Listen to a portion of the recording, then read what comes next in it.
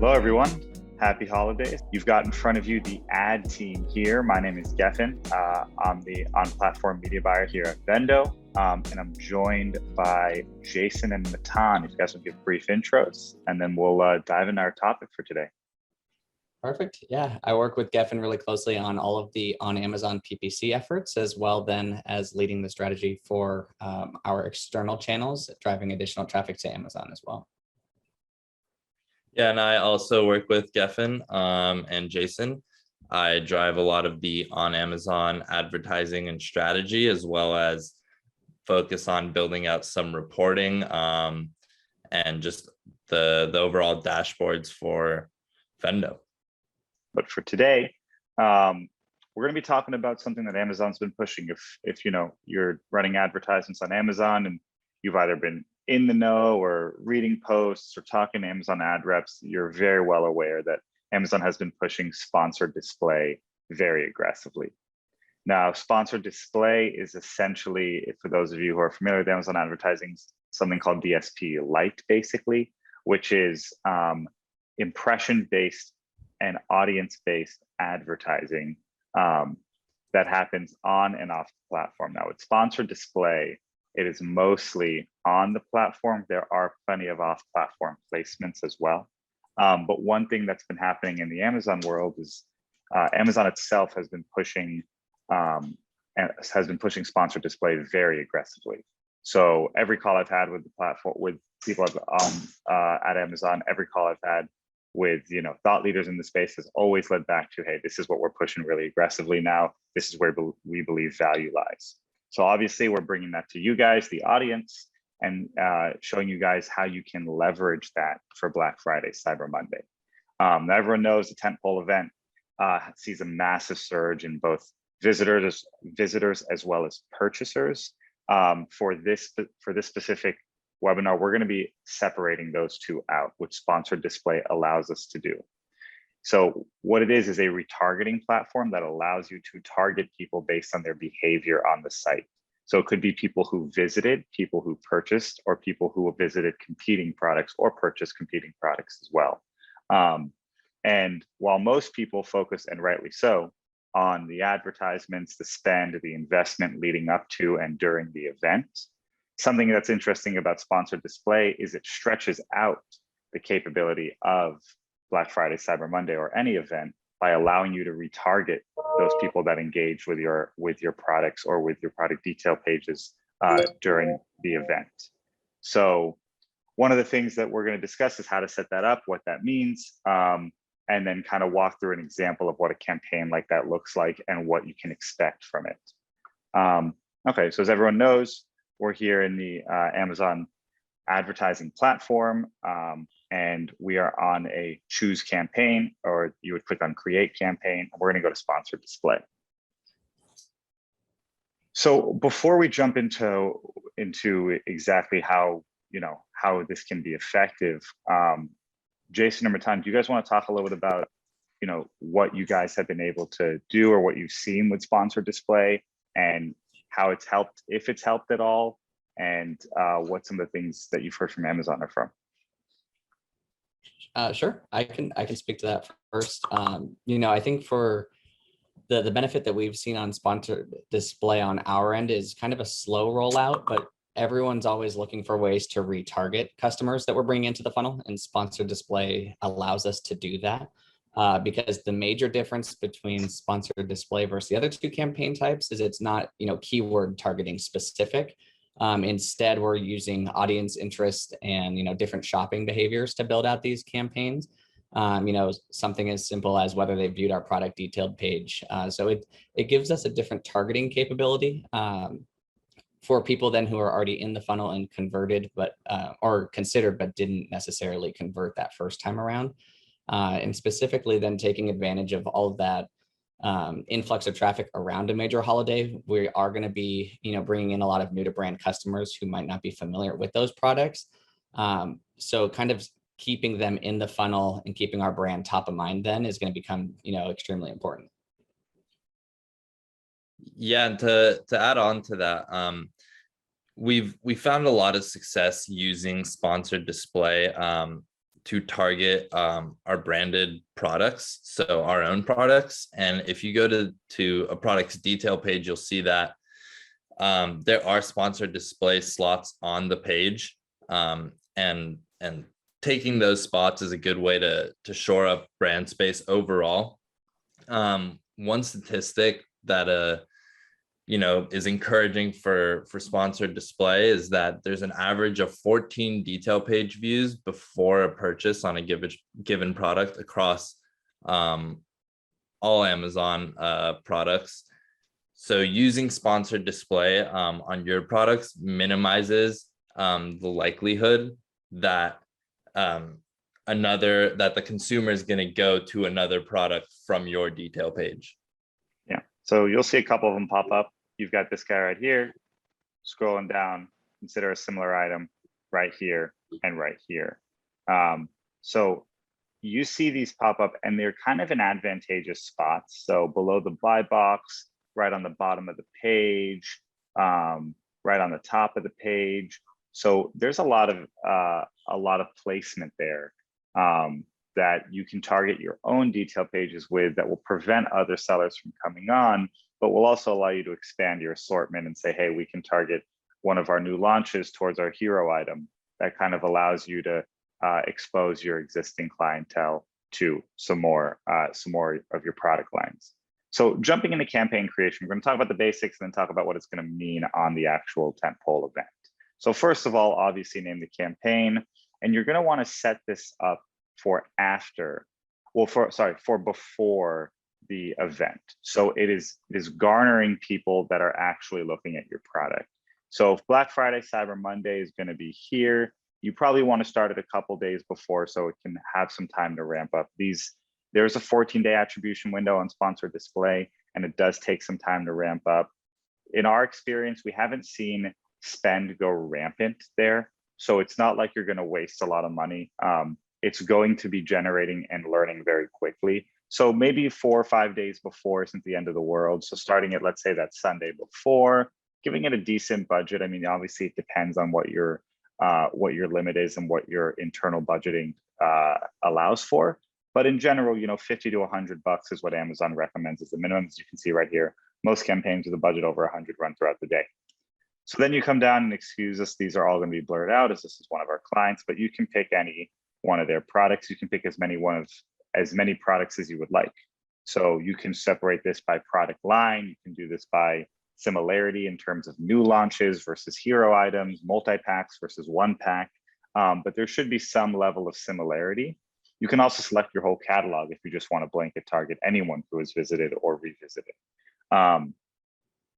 And so now you come here, and this is where we can start getting a little bit creative. So you can do product targeting or you can do audience targeting. And now this is where you want to have a stratified approach. So Amazon's recommendation is to have at least 6 sponsored display campaigns running simultaneously.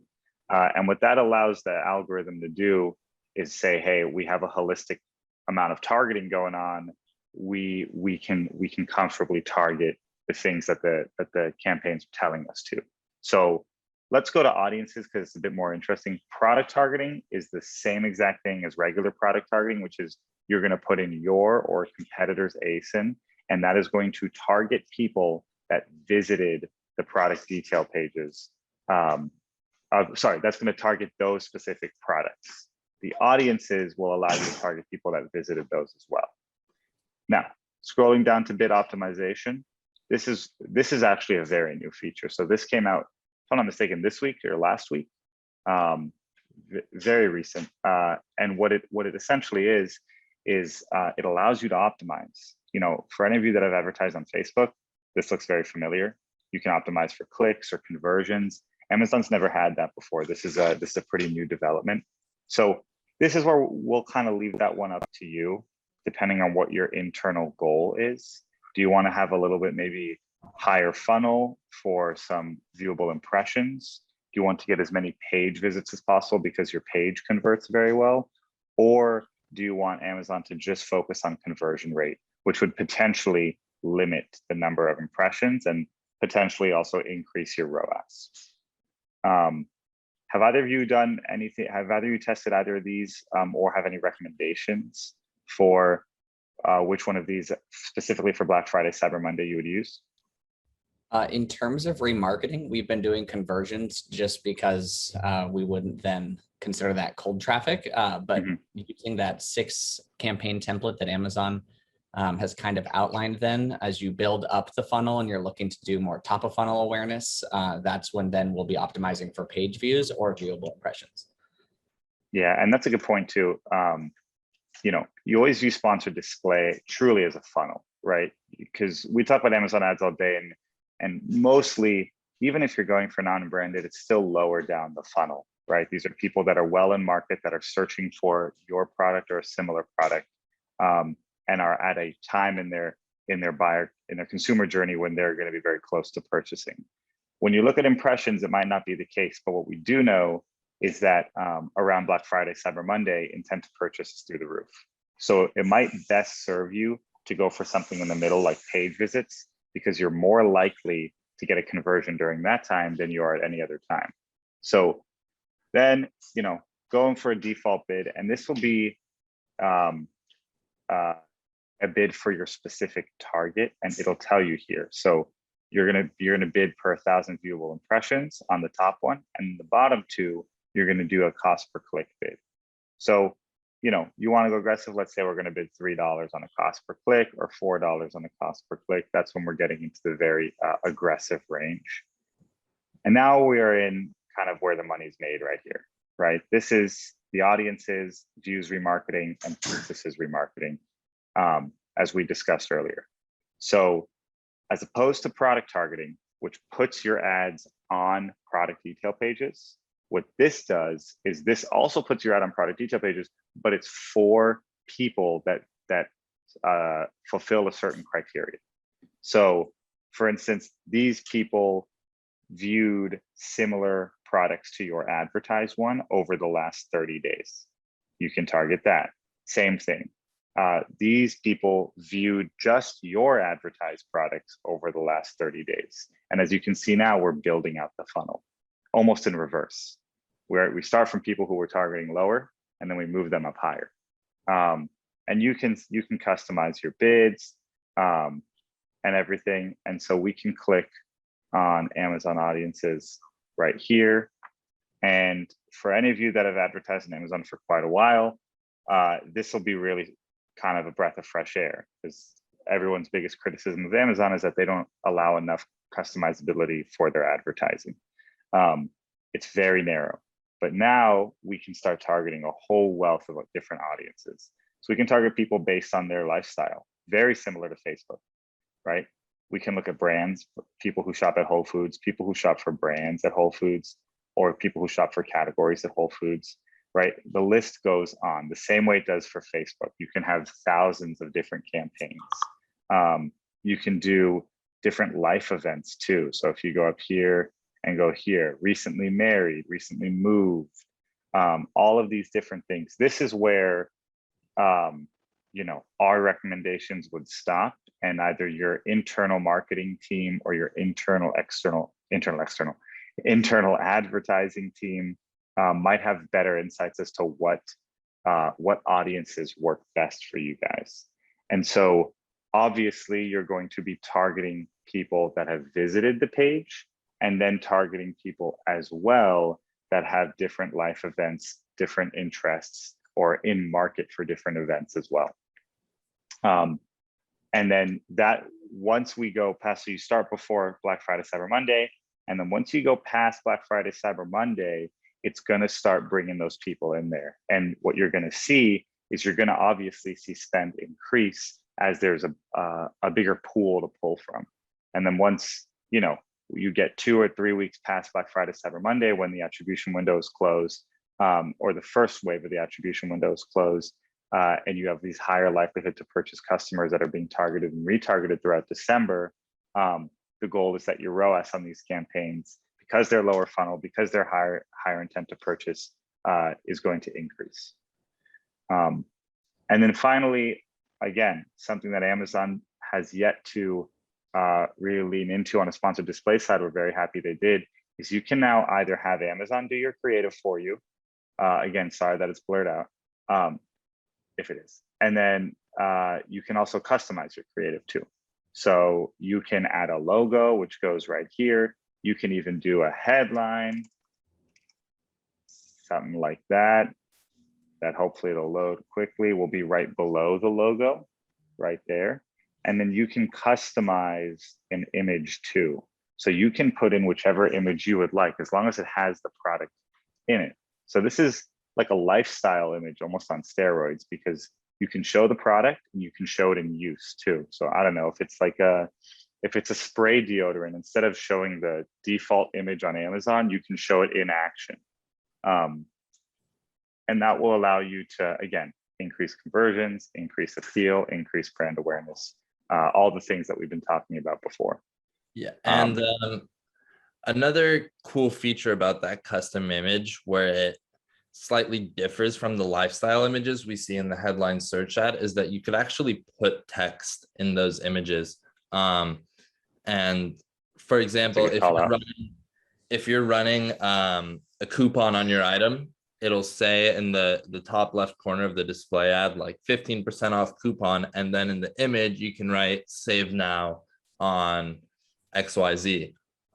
So that's a good way to further market and advertise your goals, and right here. Just, like that. Yeah, it's a great point. Oh, I was just going to say too, kind of understanding, your closest competitors and taking those insights from your sponsored product campaigns on where you've converted well, that for, Black Friday, Cyber Monday, if your competitors' listings are going to receive a lot of traffic using that coupon, then as Matan mentioned, with a slightly lower price, or a different offering is a nice way to entice customers to choose that listing over than the product page that they're currently on. Yep, absolutely. And that's a really good point. Both those are really great call outs. Number one, you guys can put text in there, which will allow you to get more of a message across, and to really customize it and to really hammer it home. And then as Jason mentioned, knowing your competitors is crucial, right? And not just that, but knowing which competitors almost share an audience with you. And because people are in a frenzy during Black Friday, Cyber Monday, they're in a frenzy during Q4, and they want to get the best X, the best gift, the best product, the best supplement, because they're in a mood to spend. So being able to target and retarget, they're going to be open to clicking on these ads. They're going to be open to browsing. So if you know who your top competitors are, and you have a larger likelihood of their customers going to your product detail pages and eventually converting, the better it's going to be. And as you can see, the possibilities become endless with the amount of copy and creative, as well as with the amount of audiences you can target. The unfortunate thing is, unlike Facebook, at least to date, this will probably change, I imagine, each A/B test is going to have to be a different campaign, which does kind of suck. Facebook does allow you to A/B test within campaigns. You can put in multiple different creatives, and they'll run it for you, and they'll tell you which one did the best. I would imagine it's coming down the pipeline here, but it's not here yet. So that's another call out too. But I think overall, you set 2, 3, 4, well, according to Amazon, 6 of these up. You have proper audience targeting. You do product targeting as well as audience targeting. You target, which is required, the views remarketing right here, as well as a few other life events or a few other different style of audience. Oh, one note, you can't do demographics. So you can't do, gender, age, income, things like that. Amazon, I'm sure they have that data, but they're not going to do that just yet. It's still more broad types of targeting. It's most besides, very specific demographics, as well as zip codes. You cannot target zip codes yet. So geofencing and very specific demographics are not there yet, as well as A/B testing. So those are some of the shortcomings. But overall, we at Vendo believe that this is a solid strategy to implement. And looking at there's probably going to change for Q4, but the generally lower spend rate of sponsored display campaigns means that you're not going to be overspending or really ramping up a lot. Now, one thing to note, if you're someone that puts in account level budget limits in the settings tab of your portal, this falls outside of those parameters. So if you have $100 limit here and $500 in sponsored products and your limit is $500, then you'll spend $600 if this maxes out. So that's one thing, is that you need to watch these campaigns individually as opposed to just setting account level budgets. But I know we keep referencing that 6 campaign build out, and this is from an Amazon ad rep. And this is essentially how Amazon recommends building out that funnel, which is essentially what we just talked about. So Jason, do you want to go over this? Sure. And kind of walk through what the rep told you and what some of their best practices are, and then so we kind of covered then the phase 1 and 2, which are, you know, what we're doing to drive purchase in terms of remarketing and retargeting using those audiences. But Amazon also then recommends kind of some middle and upper funnel campaigns to increase consideration and build that awareness further. You can optimize for different events, like Geffen mentioned, specifically then for page views, with then the overall goal to push those people further down the funnel at a later time. The nice thing about this is, rather than having to use external advertising channels to bring additional traffic to your listing, all of this then is happening on or off then but Amazon related platforms. Okay. So, yeah, no, that makes perfect sense. And you'll see the different sizes in the audiences, right? Their quote unquote opportunity size. Always take these numbers with a grain of salt, right? Because you can have someone that's in market for water bottles and is also in market for hydrocortisone. And so those people can be counted twice. It's also unbelievably dynamic, right? So if you think about your buyer behavior, right? Let's say Amazon says, let's say you have an audience that's something like searched for water bottles over the last 7 days. Well, that's not all they searched for, right? They might have searched for a gift and found it somewhere else. So, you know, take that with a grain of salt. But what this does is this shows you what Amazon is, what direction Amazon is going in, right? They want you to build out the funnels on and off the platform. They want you to invest in top of funnel advertising. And as Matan mentioned, they do see a correlation, albeit it's still early. They do see a correlation between investment in sponsored display and higher sales. But what we're focusing on is Q4, in specific Black Friday, Cyber Monday. And as you saw over the last 20, 30 minutes, how to set up that campaign, one of the campaigns. There should be multiple like that. How to test out those audiences, do product targeting as well as audience targeting, and then let that run for 1 month after Black Friday, Cyber Monday. Because then you will guarantee that all of the people, or at least so they say, all of the people that visited your product detail pages during that time actually were targeted and retargeted by your campaigns.